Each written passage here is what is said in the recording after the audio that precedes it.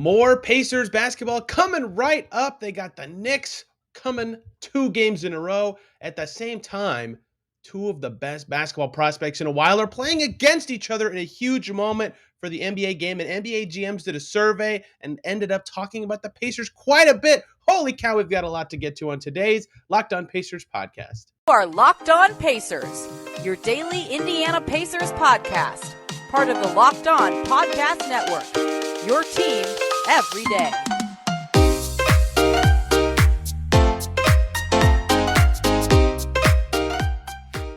Welcome in to another edition of the Locked On Pacers podcast, where we, of course, talk about the Indiana Pacers. As always, my name's Tony East. I cover the team for Forbes and the West Side Community News. And today, jam-packed show for the middle of the preseason because one, a big moment in the basketball universe is going on involving two insanely talented draft prospects. And the Pacers, might just happen to have a high draft pick next year. I want to talk about this moment, the two players, what it could mean for the Pacers as the season develops, and Victor Wembanyama and Scoot Henderson. Plus, the NBA GM survey came out this week. One of my favorite projects the NBA does every year with John Schumann and the NBA surveys all 30 GMs on 50 questions.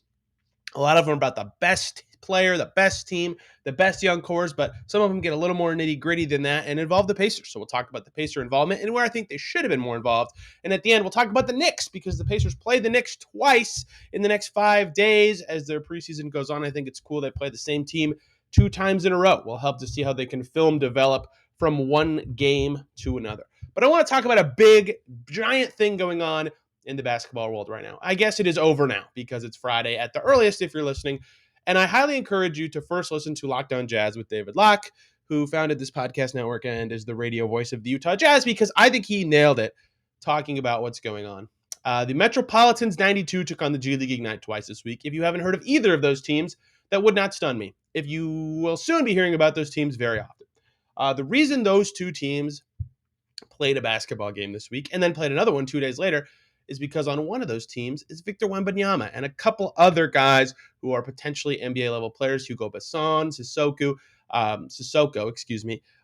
on one side. And the other side is the G League Ignite, the new G League program team designed for developing players to prep them for the NBA. Jalen Green went this route. He is now playing very well for the Rockets. Jonathan Kuminga went this route. He's on the Warriors.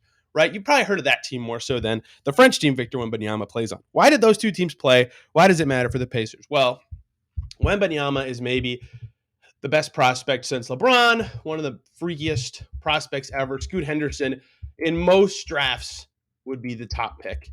Probably not Wembanyama's draft, but they're playing against each other in a massive moment in NBA history and in basketball history because neither of these teams are college teams. And David Locke called it a seminal moment. And I've seen this comparison a lot. And the reason it's a seminal moment comparatively is, remember, I was not alive, so some of you hopefully can remember, when Larry Bird played Magic Johnson, right? When they were in college. When Larry Bird, Larry Bird was a junior, I think.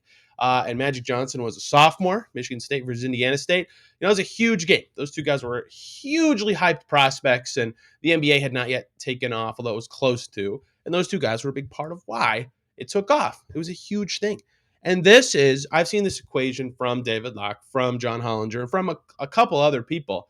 This is a new generation's sort of that game. It's harder for the NCAA to sort of capture that magic in this time now with one and dones, with guys not being just this freakishly talented, less development programs make it that this is not as possible. In fact, Gonzaga played Duke last year.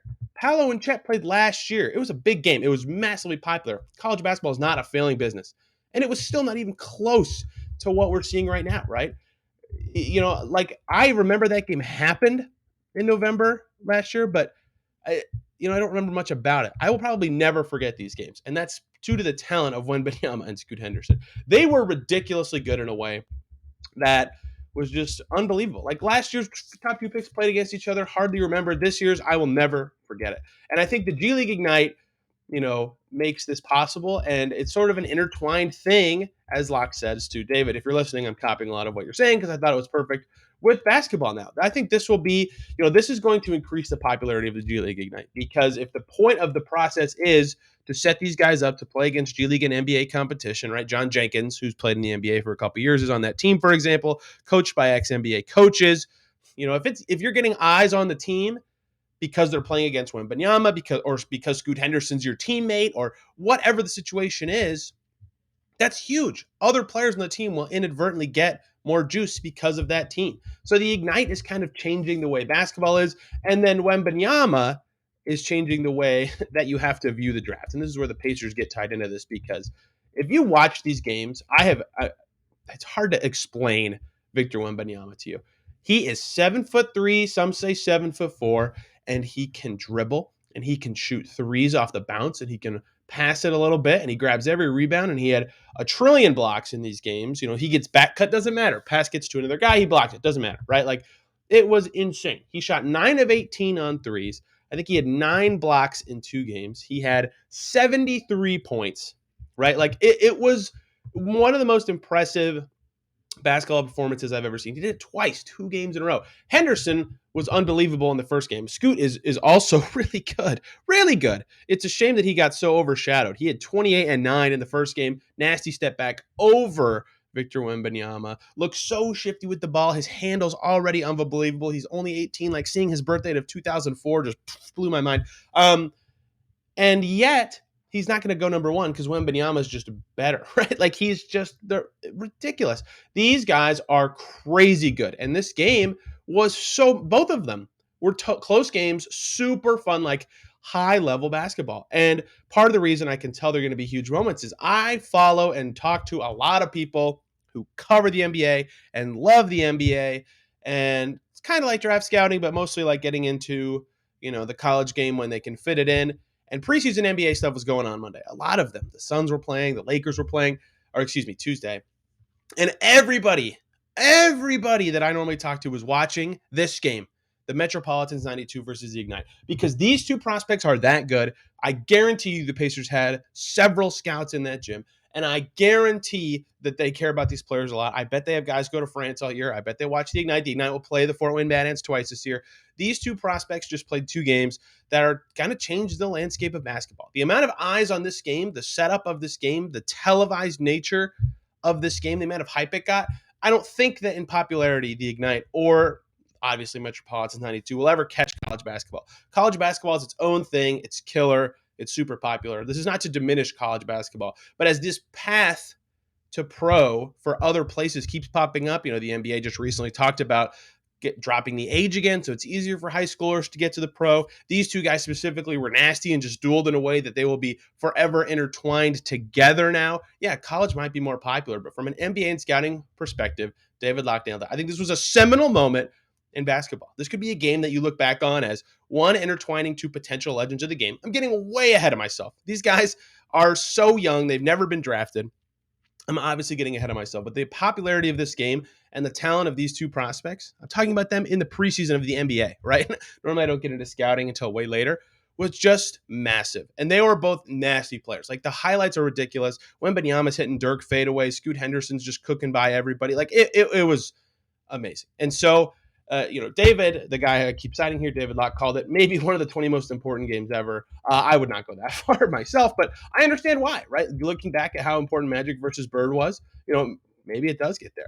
So again, I'm sure the Pacers had someone there, and I highly recommend watching these guys. Now, caveats abound. Even if you finish with the worst record in the NBA, you only have a 27% chance at landing in the top 2 in the draft, right? The new lottery odds mean it's just going to be luck, whoever gets these guys. It just is. So yes, the Pacers project to be one of the worst 5 teams in the league based on every sports book or most people's thoughts about this team in the league, whatever.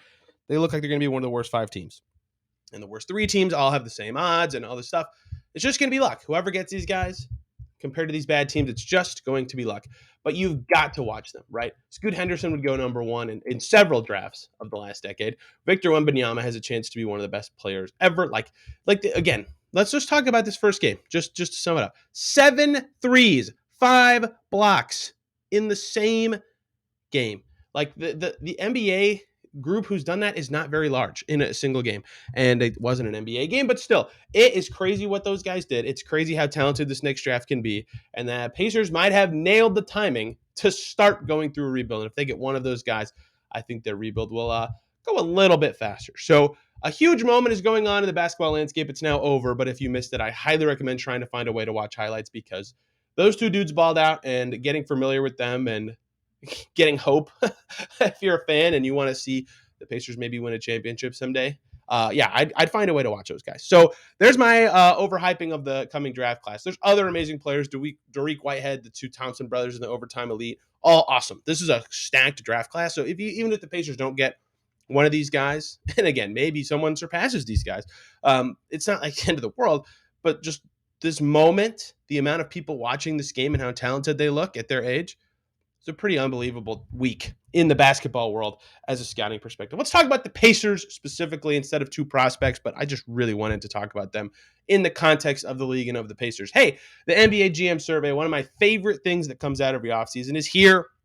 The NBA surveys all 30 general managers, 50 questions, tons of topics. What rule changes do you like? Who's going to win the championship? Who's the best player? And the Pacers get some love in these every year, and there's some snubbery as usual. I want to break it all down. Before we do that, though, let me talk to you guys about BetOnline.net. BetOnline.net is your number one source for football betting info this season. You can find all the latest player developments, team matchups, news, podcasts, in-depth articles, and analysis and more on every game you can find, including the right now ongoing Colts-Broncos game. As always, BetOnline remains your continued source for all your sports wagering information. Live betting on that game, up-to-the-minute scores for every sport out there, and lines up for every week. If you're interested, my Hoosiers, my lovely Hoosiers who got beat by Nebraska last weekend, their line's up against Michigan this week. They host the Wolverines. The Michigan is favored by 22.5. We'll ignore that part. But hey, you can get that line over at betonline.net, the fastest and easiest way to check in on all your favorite games and events, including MLB, MMA, boxing, and golf, and very soon the NBA.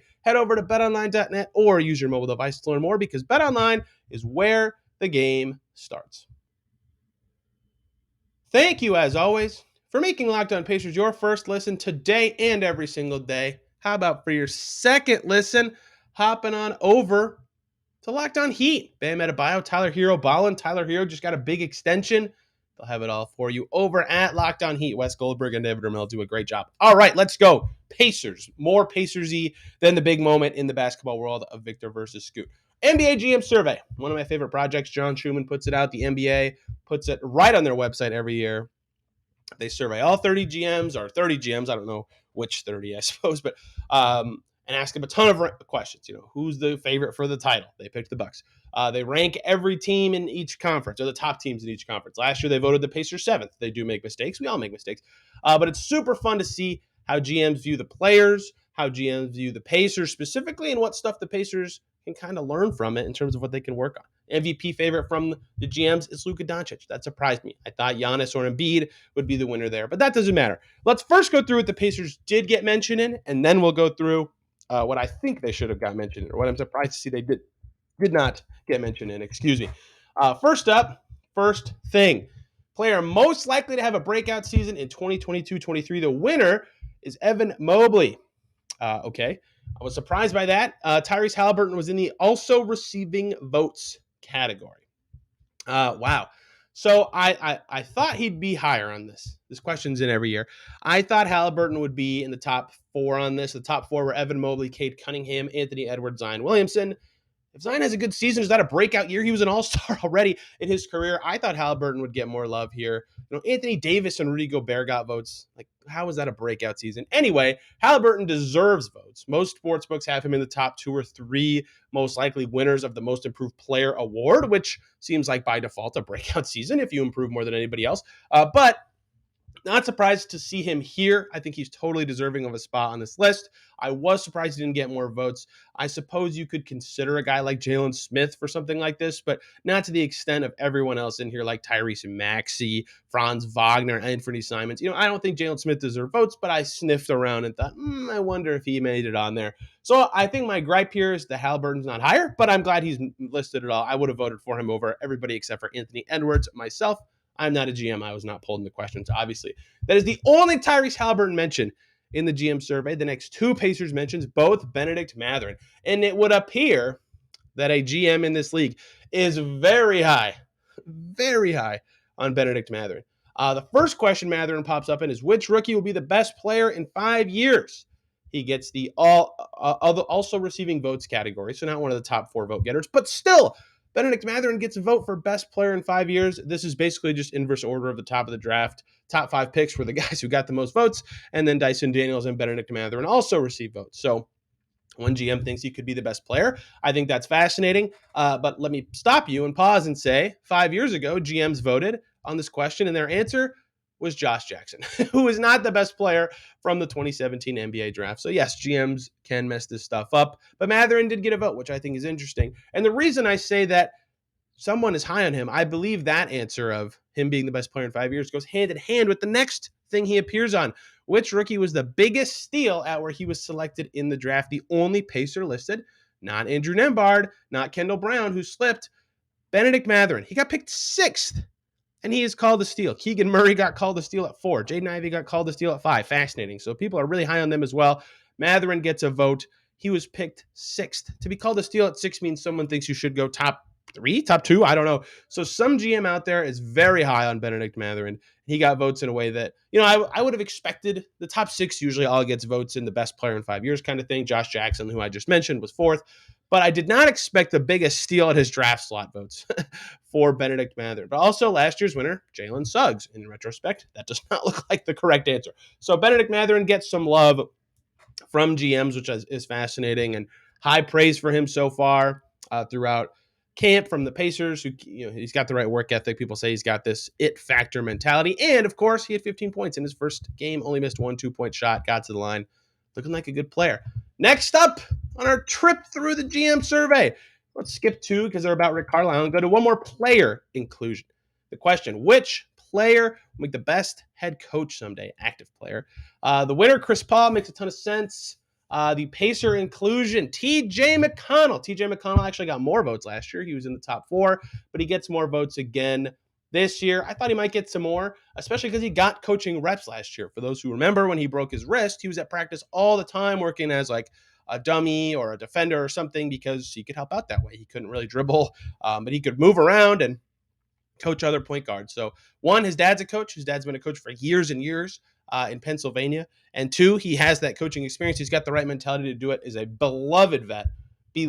Awesome for this younger Pacers team. I think he'll be a great coach if he ever turns to that route in his career. I thought he'd be higher on this list. Chris Paul, a very worthy top answer. Malcolm Brogdon also got some votes, which is interesting. I think he would be a good coach as well. Underrated vote for me would be Draymond Green, but I understand why. He is not a winner. So the other Pacer inclusions on this list are Rick Carlisle. No more players. Rick is going to carry us home. Which head coach makes the best in-game adjustments? Rick Carlisle gets some votes. I think Ty Lue should be the answer, and he was over half of the votes by GMs. But good for Rick. That is something I think he's good at, both in terms of lineup, sets, pace of game, stuff like that. And the other question he got answers for is, which coach runs the best offense? Pacers, despite having insane context last year to their team, making a bunch of trades, guys in and out, COVID hitting at the worst time, brutal schedule. You could go on and on. Their team fit horribly. They finished average. They had a league average offense. That's not good, but with the team that they had, that's pretty dang impressive. Carlisle also, of course, has a great history of being an offensive mastermind, so he deserved the praise that he got in that way. That's all the Pacers inclusions in the GM survey. Here are the areas, the 3 questions I think they missed a little bit on the Pacers, which one of them is about interior defenders. I don't think Miles Turner is the best interior defender in the NBA, and that's what the question is.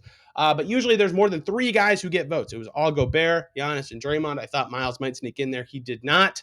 Again, he's not better than any of those 3 guys, so I guess since he's not the best, he does not deserve votes. But I'd imagine they were listed like in a 1, 2, 3 thing for voting. Miles Turner not listed at all. No votes there. One guy who got votes in a category last year that's no longer the case is assistant coach. Who's the best assistant coach in the NBA? Lloyd Pierce got votes last year. He is now off the list.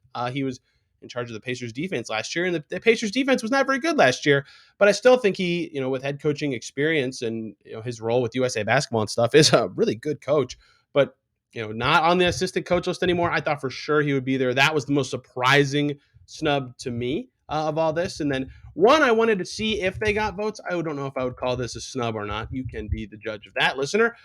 Best young core, which team has the most promising young core? Excuse me. No votes for the Pacers. The answers this year were Cavs first, totally deserved. Grizzlies second, also totally deserved. And then Pistons, Pelicans, Thunder, Magic.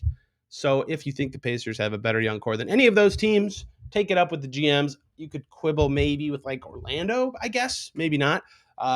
Actually, I like Orlando's quite a bit. I don't know. But I thought maybe they would sneak in there with, the 2020 draft they've swept up, plus Duarte, plus Mathurin, plus other rookies. But they're not quite there yet. Maybe if they get some of the guys we talked about in the first segment, they'll be there. Hey, Pacers play again very soon. Knicks on the docket twice in a row, tonight at 7:30 in New York, and then next Wednesday at home. We'll talk about it more, of course, after the game happens, and again next Wednesday before it does. But let's talk about the Knicks and what challenges they present and what you can expect tonight and next week as the Pacers play the same team twice in a row in the preseason. Before we do that, though, let me tell you guys about Acre Pro Midwest Farm Group. Pays to have an expert in your corner when it comes to land sales, and Acre Pro Midwest Farm Group are exactly those experts and farmland specialists with decades of experience in Indiana agriculture. No one knows the market better. Whether you're doing a 1031 exchange, expanding your operation, or selling a row crop farm, your local Acre Pro agent will walk the land with you and ensure a deal is done right. Great service is just the beginning. Acre Pro provides unparalleled land data, including soil ratings, elevation, flood zones, land valuation across parcels, so that you can get the full picture up front and be confident in the entire land market.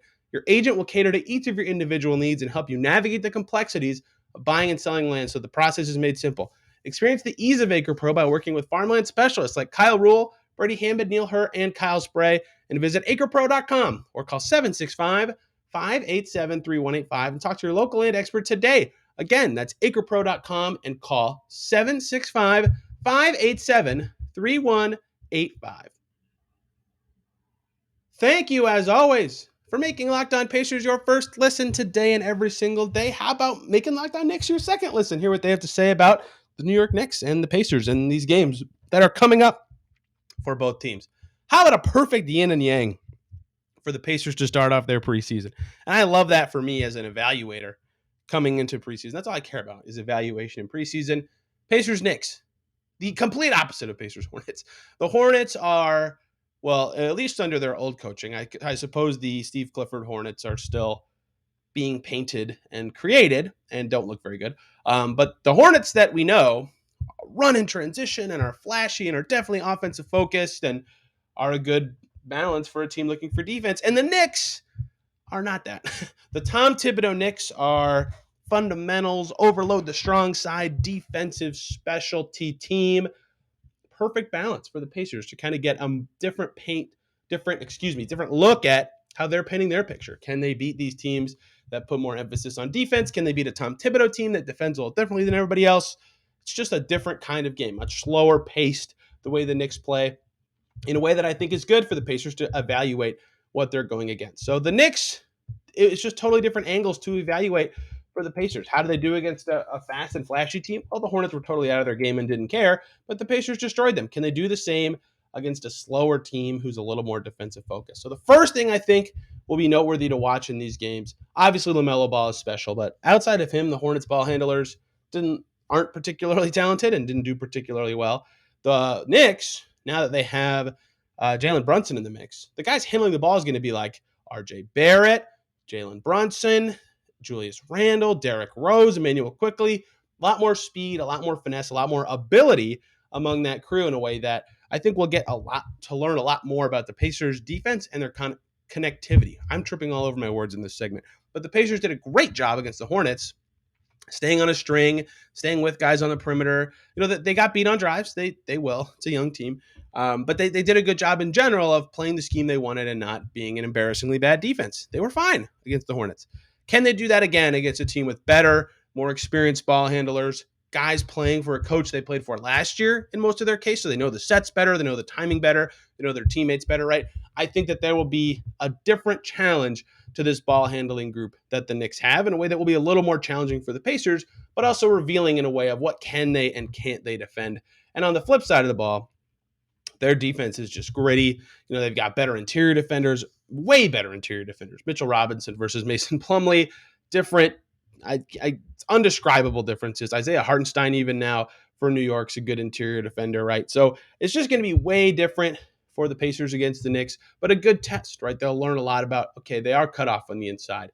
What's Tyrese Halliburton going to do with this new team? How's Mathurin going to do? Because that's where he did well. 4 of his 5 makes were inside 3 feet, and then he made a 9-foot floater, right? How can he adapt to score in different ways? Will he make some of the threes that he missed against the Hornets? Can he still get to the rim? These will be good evaluation point kind of things. How can the Pacers in general break down the defense? Can McConnell still be threatening and find 6 assists if the defense is different and harder? This is all going to be very fascinating to evaluate. Something else I think will be interesting is better second unit for the Knicks, right? The Pacers second unit dominated the Hornets second unit. Wasn't even close.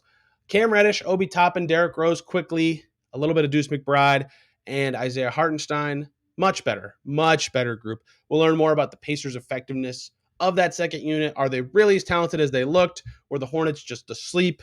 It'll be a lot to learn there that I think. And I think a big takeaway for me, not that Julius Randle is just some ridiculously awesome ridiculously awesome player, but he is talented and he's big and he's powerful and he's burlesque.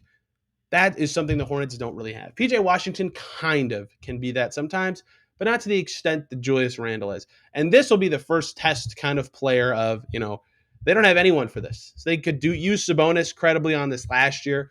I mean, how's this gonna go for the Pacers? They've always struggled with this player type, but what will they try? Will Jalen Smith I'm assuming Jalen Smith will start on him. That seems like, it will be a tough matchup for him from a strength perspective. Nesmith, who did well defending against Charlotte's too short. He's only 6'5". Can Duarte or Mathurin do it? They're both also a little on the short side for a matchup like that. So maybe it's Terry Taylor who gets a lot of the work on Julius Randle. I don't know what makes the most sense for the Pacers to decide to put on him. Even O'Shea Brissett, it's a little too not powerful enough on the defensive end. So this will be a good test. This kind of player, there's a lot of them. Not all of them are as good as Julius Randle, even though he struggled last year. But there are a lot of them. And so figuring out how the Pacers try to guard that type of player, what they do when they can't figure out how to slow down that type of player, will be very telling for this Pacers team. So a lot of the stuff that makes the Knicks unique and makes their talent a little different than the Hornets is good because it'll give the Pacers more stuff to evaluate, different angles to look at for their team and stuff they can look at. And hey, guess what? They play the Knicks again next Wednesday. That seems like a minor thing, and it kind of is. Preseason games only have so much impact. But I think if you're Rick Carlisle, and they've been watching film after almost every practice, and he's really into the details with these younger guys about specific stuff they do on the court, and he's doing more teaching for a younger team and stuff about sets and all this and being creative with lineups and all that.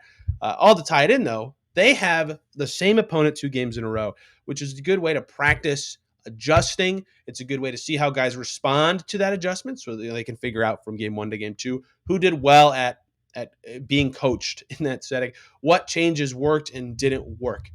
How did we get advantages and lose advantages based on film sessions? I think that will be helpful for Rick Carlisle. I think that will be helpful for the whole coaching staff in general to know, okay, here's how we better use these film sessions. And it'll be helpful for the players to go, okay, this is what this is going to look like. A lot of new guys don't understand how they will watch film from a team they just played and then apply it to another game, right? This will be helpful for everyone in a way that I'm actually surprised there isn't a little more strategy from NBA teams to try to play the same team twice in the preseason, especially if you're a younger team, right? You can learn a lot from the film on how to adjust, how to grow, and it's a good opportunity for these young guys to soak that up and get it going, especially against a team like the Knicks that plays totally different than the other 2 Hornets and Rockets preseason teams that the Pacers are playing. So good opportunity ahead for the Pacers Friday and next Wednesday.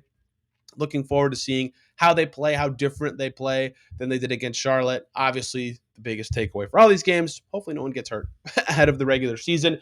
But, continued success of Mathurin and Nesmith. Can Halliburton and McConnell continue to run the offense? Does Turner still look good? All those same plot lines will be relevant from game 2 to 1. But the things the Knicks do differently will make the takeaways different, and it makes the Pacers' approach different. And I'm looking forward to all that because 1, I've got to cover this team the best I can, and 2, I'm really dorky in that way. Hey, hope everybody had a great week, and thank you for listening to all the episodes of Locked On Pacers this week. Next week is the final week of stuff before the regular season. Can you believe it? We're almost there. We're almost to Pacers basketball.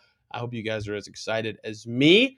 We'll be back Monday talking whatever happened in Pacers-Knicks and some other topics I can decide to come up with. There's a lot I can talk about between some rookie extension stuff, from rookie options, if I want to do off-season stuff, if I want to talk about the games or players or something like that. There's just a lot. And so there will be something good coming your way on Monday. You won't want to miss it. Till then, everybody have a great weekend. We'll talk to you soon.